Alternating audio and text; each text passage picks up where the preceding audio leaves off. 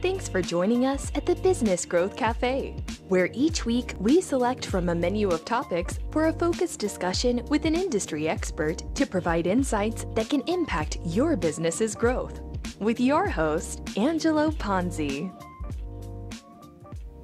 I am Angelo Ponzi, your host here at the Business Growth Cafe. Thank you for joining us.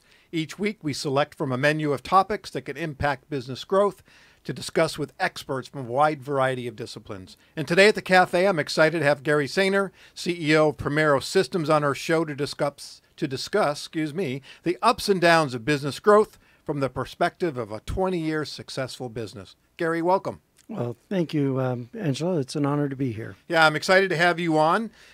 You're actually probably one of our first CEOs of a company. Everybody's got a company, right? But you're not a marketing person. You're not a provider. You are an organization, a custom software developer, and we're going to talk about that as we go on. But before we start, why don't we talk a little bit about PRIMERO Systems, about your products and your services, so the audience can have some perspective of who you are.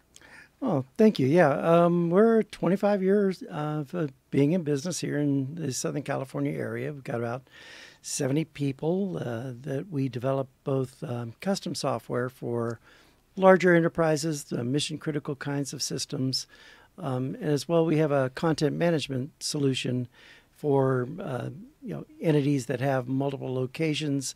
They want to have one dashboard, if you will, to control all the web content, et cetera, the videos and images, et cetera, for multiple locations, physical locations. Our content management product is called WebTree Pro.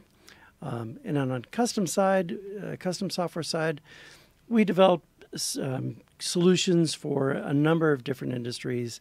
Predominantly of late, it's been in the medical industry, laboratory space, pharmaceuticals, chemical manufacturing, and another large entity for us is in the travel space. Okay. All right. Fantastic. Thank you for that. I want to start off the show asking you a question that I typically save for the end of the show, and that's, what keeps you up at night as a business owner? What are those sleepless nights while you're rolling around in bed? Oh, my gracious. And it changes from year to year, I imagine. But of late, I think of the last 5 years or so, there's been an awful lot of consolidation with our customers. Our customers, again, are for the most part, fairly large, multi-billion-dollar companies. And what we have been challenged with is a new CEO suite, CFO, CIO, come in through an acquisition or being acquired. And even though we may have done business with this organization for literally 20, 25 years. Since the beginning. Yeah, exactly. Well, from our beginning of our company, that's for sure. They don't know us. And by the way, they have their friends and people that they've worked with at their former companies that they bring in because they know them and they trust them. And it was pretty remarkable. 2018 should have been just a banner year with all the economic growth going on in the United States. It should have just been in our sweet spot. Technology's going nuts. Money was available. Needs are tremendous. And yet two of our largest customers turned back our efforts by 50% on both of our customers. So it was a tremendous eye-opener. Mm-hmm. And the common theme with both of them were they both had, C-suite changes. And we had to prove ourselves all over again. And the good news is that in both cases, the customers have come back to us and go, God, you guys are really good. Yep. And we need you, and we need to add more resources from your company to our team. Right. So we've been very fortunate that turned around. But that's the uncertainty of, acquisitions and C-level changes in your customer base is quite threatening, could be threatening. Right. I've been in the marketing world and owned an advertising agency for a long time. And that was probably the biggest danger that we always had is new marketing guy would come in, they'd bring in their old agency. Yep. We'd have to either try to defend or figure out a way to convince them we were the people. Yep. A lot of times we lost. That's typical. When we lost a client, it was because of that change. But let's spin off of this conversation, though, for a second. So what I've told clients is you have to have relationships up and down the chain. right? So in your case, you had a new guy come in, they made changes.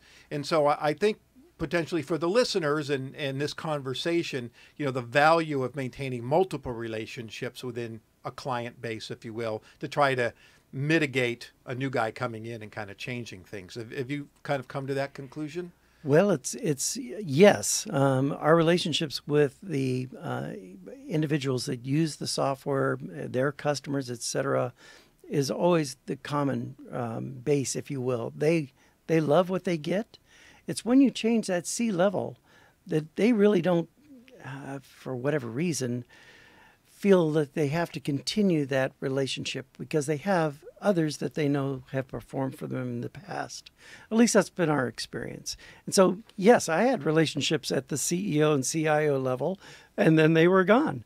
And so I have the new, hey, I'm Gary. I've been with your company for 9 years, providing solutions to your customers and your users. That's well and good, Gary, but we're going in a different direction. We want to go a commercial off-the-shelf solution, or no, I'm going to bring in my CIO that I had working for me at my previous company, and he's going to have a whole new technology angle that he wants to deploy, he or she wants to deploy. Okay. Well, I can see how that definitely would keep you up at night. I know it's kept me up at night in the past, and sometimes often today it keeps me up thinking about that. Sure. So when you think about your business, now we're about 25 years, give or take, that you this month. Congratulations. That's Thank fantastic. You. So how has your business evolved? If we think about growth, this show's about business growth, things that can impact growth. So as your business has evolved over the last 25 years, how has that progressed? What have been some of the changes that you made and things that you helped to implement that kept propelling the growth of your organization? I'll go back to relationships. I mean, to your point, our customers, we have one major customer that's been with us since the birth of the company 25 years ago is this month. And we have been able to sustain that kind of relationship with them. And because of them, we've been expanding into their horizontals, if you will. So we started off with one small franchise operation in San Diego, which is now part of a $35 billion company. And Primero Systems is the largest technology provider to that organization. Okay. The same is true with another major medical manufacturer, equipment manufacturer. We started with them about 22 years ago, and it was through the acquisition of their companies by larger companies that we are now a part of. Good gosh, I don't know what the market value is of this organization, but it's huge. And so it's been through relationships that we've been able to master our growth, if you will. In terms of the technology, that changes on a daily basis, it seems like. So you always were challenged with keeping current, not relaxing and saying, well, this is what we know how to do, and we know how to do it really well, so that's going to be our blueprint for the future. No, in terms of a technology company, you always have to challenge yourself to at least research and investigate what's out there, what makes sense, and don't go after the brightest, shiny item out there. Right. Go with something that you know has been proven. So there's a little bit of not bleeding edge, but you still need to be leading edge in your technology adoption. Okay, so it's kind of your internal innovation, if you will, always staying on top of what's going on. I'm going to come back to some differentiators that I think I see for your organization, but I want to move on to another question. So when I had my marketing agency, I also was heavily involved in the action sports industry, and so I did a lot of research, and eventually I started packaging that up to have a product to sell. So I just wasn't selling time or services, right? I had a product. Right. And so you launched a product about 10 years ago, probably a little bit longer than that now, so called WebTree Pro, which you've already mentioned. So how did you come to that conclusion that as a software developer and service provider that you wanted to have a product? Interesting question. I think in almost every software engineer or company's heart is the want to not necessarily be exclusively a service business. You would like to earn revenue 24/7. How do you possibly monetize that talent that you have? Because in reality, if we take a step back and look at custom software, what you're developing is a product. You're developing a product for a single buyer as compared to developing a product that the greater audience could enjoy. So it's not a technical challenge to transition from a service provider to a product provider. As I said, it's not a technical challenge. It's a heck of a marketing and sales challenge, and that's where I feel we have struggled a bit. Personally, I think that one of the growth areas that I could have done better as a CEO would have been to own sales and marketing, embrace that. I had the technology aspect down. We've got, great departments throughout the company that are all doing excellent work. Our sales and marketing was the one piece that truly needed to be buffed up, and I should have owned that. Okay. Well, that's good advice. I mean, I think, and really to follow up on that, for service-oriented companies that are listening today, and when they're thinking about rolling out a product, is there one piece of advice or two pieces of advice you would give them? Oh gosh, or more than that. We need another show. I'll repeat the sales and marketing aspect, because Okay. I don't think the challenge is going to be to develop a commercial grade software product that always works. I think as a software provider, that's a given. You have to be successful in your technology suite.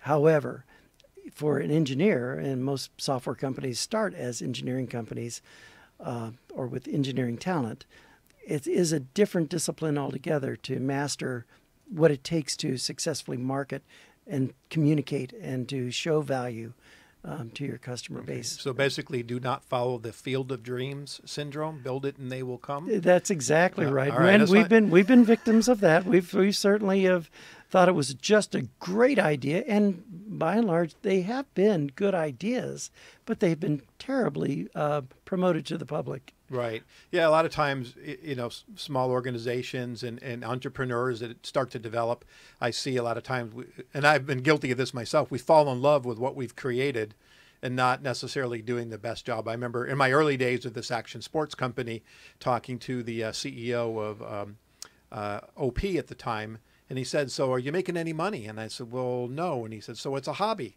And I went on to this whole tirade about no, it's I'm building this business, and he goes, "It's a hobby, right?" Because I wasn't, as a marketing guy, actually doing a good job, and it kind of opened my eyes to falling in love with something I was doing and not doing a good job using the services that I provide. Right. So let me go back a little bit. There's hundreds, thousands maybe of custom software developers around the country, and obviously you compete depending on the vertical you might be in, but ultimately there's a lot of competition. There is. And in anything we look at, what are those differentiators? What's something you can own from a brand standpoint that's ownable, leverageable, and sustainable? And you have a couple items that I see, and I want to explore those. One's called PSX, one's called Pedal. That I have come to the conclusion that are kind of differentiators for your business. There's a way to help you separate yourself. So why don't you talk about those, how they evolved, and validate, are they differentiators for yourself? Great question. And the PSX is an acronym that we came up with, which stands for your Primero Solutions Accelerator. That has been born out of my 30 plus years of working in the industry, knowing that every software foundation needs to be incredibly robust and incredibly complete, in other words, of being robust, very solid in terms of what it provides as a foundation. The old analogy, you can't build a great building on a weak foundation. Same is true with software products and efforts. You need to have a solution that completely and cuts no corners on your authentication of your users, the roles and permissions that your users are being granted or denied. The fact that it has an embedded email engine to help reset passwords, as an example of where you would use the email engine. It's got to have a great report manager built in. So there's a lot of components that the buyer really is not considering on day one when they're saying, I need you to build A, B, and C. Right. Because you start to then go, okay, well, in order to build A, B, and C, you have users, right? Oh, yes, you have users. And those users have different roles in the company, correct? Yes, they do. Do those roles differ in permissions? Well, yes, they do. So now you're starting to expand what the initial scope of the effort was in the buyer's eyes. Well, they went out and got a budget, and their expectations for a schedule is to be, within these constraints. And they hadn't really considered all the other elements that are absolutely required. And so we came up with the Primero Solution Accelerator to take that completely off the table, so that when the customer comes and says, I need you to do A, B, and C, we're ready. We can deliver today all that user management, all the authentication. We have audit trails built in, just every element that is essential for a industrial grade commercial application is already built. Latest technologies, automated regression testing. I mean, there just is no shortcuts taken. And of course, if you don't have that, then you're starting to put challenges in front of your customer going, okay, well, if you want A, B, and C, we also need to do D, E, and F, but you don't have budget, you don't have time, so we're going to have to take these shortcuts to do this. Right. And it's just weakening your foundation. So foundation was the word I was going to say. It's really kind of a foundation for which you start to build on. Absolutely. And so we deliver our products to market much faster than truly any competitor can, and far more robust. And that comes with us doing nothing but enterprise level systems. Okay. I'm always conscious of time. These things fly by a lot faster than we think. And I want to get to a couple other questions. So now, as a marketer, I don't believe in a one-size-fits-all strategy. It's integration, and every company has their own particular strategies. So thinking about that and thinking about the things we've talked about, marketing and sales are something you mentioned. So what are some of the programs that you have in place or have evolved to that you think are pretty impactful for your organization? I'm struggling a little bit with it. From a marketing execution, how you build sales leads and things like that. Very good. Okay. See, again, did I underscore my lack of marketing expertise here? So yes, what we've really learned over the last 18 months or so, the value of research. We've hired a company that came in, took a look at what our products and services were, mapped them to a potential buyer base, and really help clarify how we could address that market in a more succinct and intelligent manner. So I think market research is incredibly valuable. Just in terms of the tools and techniques that we've used, we've gone out, we've bought the mailing list. That didn't work at all. We've very successfully introduced ourselves to a broad audience using LinkedIn. Okay. So we're getting a lot of activity and a lot of interest by being able to go out to the laboratory marketplace with our offerings and expertise. And we're getting a lot of C-level responses from that. That's great. Which we've just generated more interest in the last 18 months than we have in the previous 24 years. Oh, that's fantastic. That's great. I hear different success and not success stories of people using LinkedIn. So I always like to hear, because I'm a big believer in LinkedIn as well. So that's fantastic. Now, if we look in the rearview mirror, it's crystal clear on all the things we should have done. So if you were starting over, what would you do differently? I'll go back to my marketing and sales. Okay. I needed to own that. I should have recognized that it was far more than just making the best software possible. It was the introduction of that software to a broader community.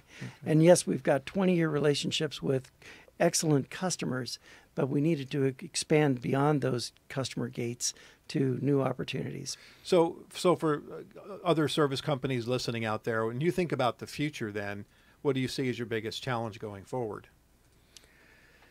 Gosh, it is so dynamic in terms of where the technology marketplace is going, with artificial intelligence, machine learning, natural language processing, et cetera. Those I think are the shiny items that really do have substance to them.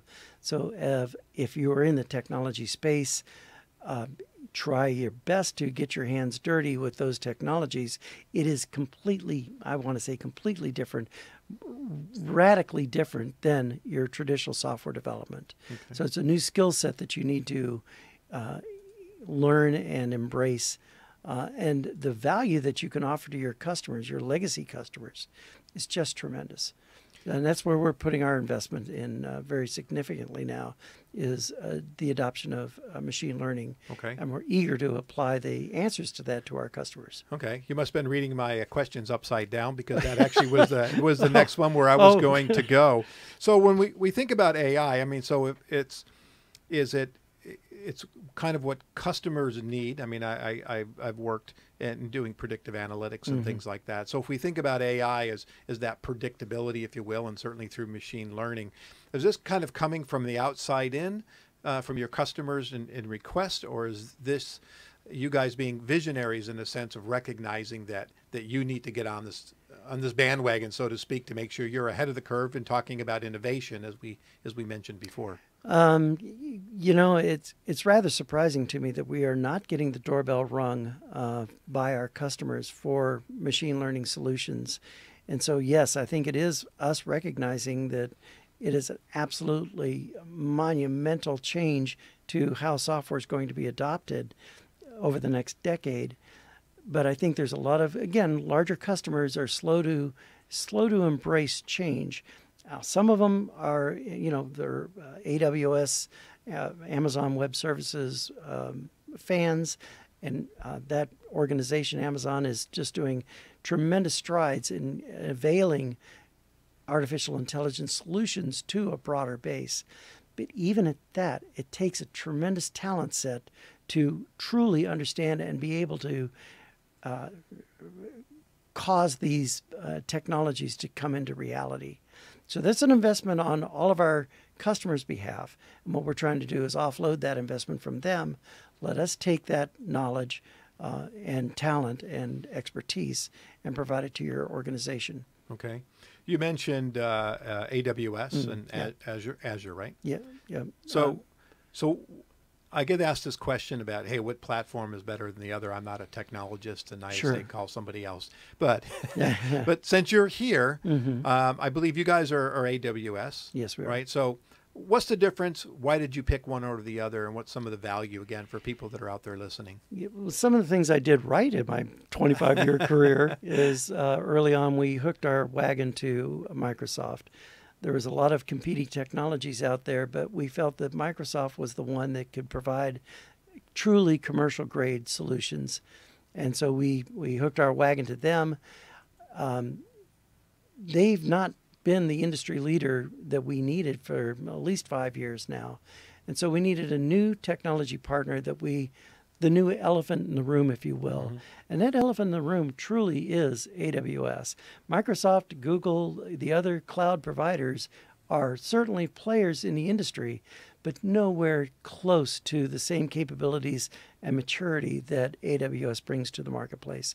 And so that's, for us, it was a fairly simple decision to say you go with the market leader always, embrace their technologies, don't diversify yourself among multiple, even though the solutions we built can run on Azure, Microsoft Azure, can run in Google Cloud, they can run in AWS, but in terms of extensibility, where we're using artificial intelligence and some of the tremendous product offerings that AWS offers, it is truly, let's focus and grow the talent set in the AWS environment. Okay, well, thank you for that.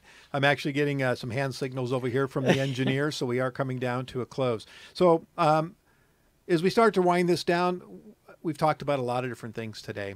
So as a small to medium-sized business, whether, and I'll call it service provider, not necessarily in custom software, what are 3 or 5 tips you would give the audience from your experiences in growing a business that they should be aware of, or things that they should do?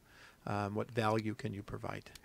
There's a number of them, right? So you have to have your competency has got to be peerless. You truly have to do what you say you're going to do always, and at the time that you say you're going to do it. One of the differentiators that I enjoy with our company is our culture. It's built on an ethics and integrity and respect. And it's, it manifests itself in that we have no employee attrition. We're not the highest paying company out there, but nobody leaves us. Third, of course, is you've got to watch your dollars. Always be fiscally conservative. Make sure that you've got a return on investment with everything. And I may have mentioned this before, marketing. You need to own your marketing. You can't outsource that, I believe, as effectively as you can promote yourself.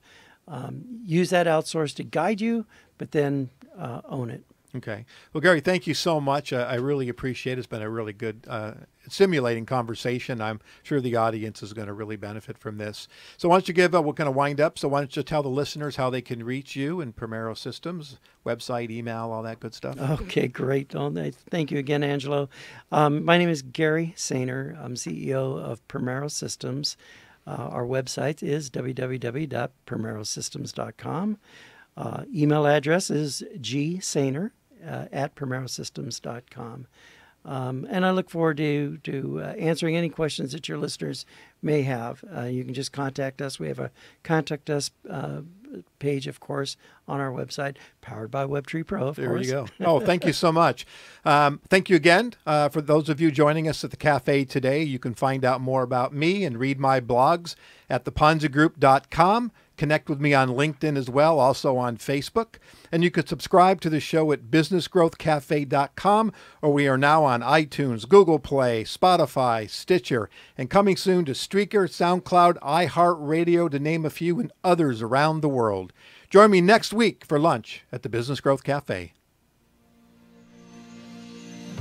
Thank you for listening to today's discussion at the Business Growth Cafe with your host, Angelo Ponzi. Take a moment to subscribe to this podcast and visit our website at www.businessgrowthcafe.com. Read Angelo Ponzi's blogs at www.theponzigroup.com.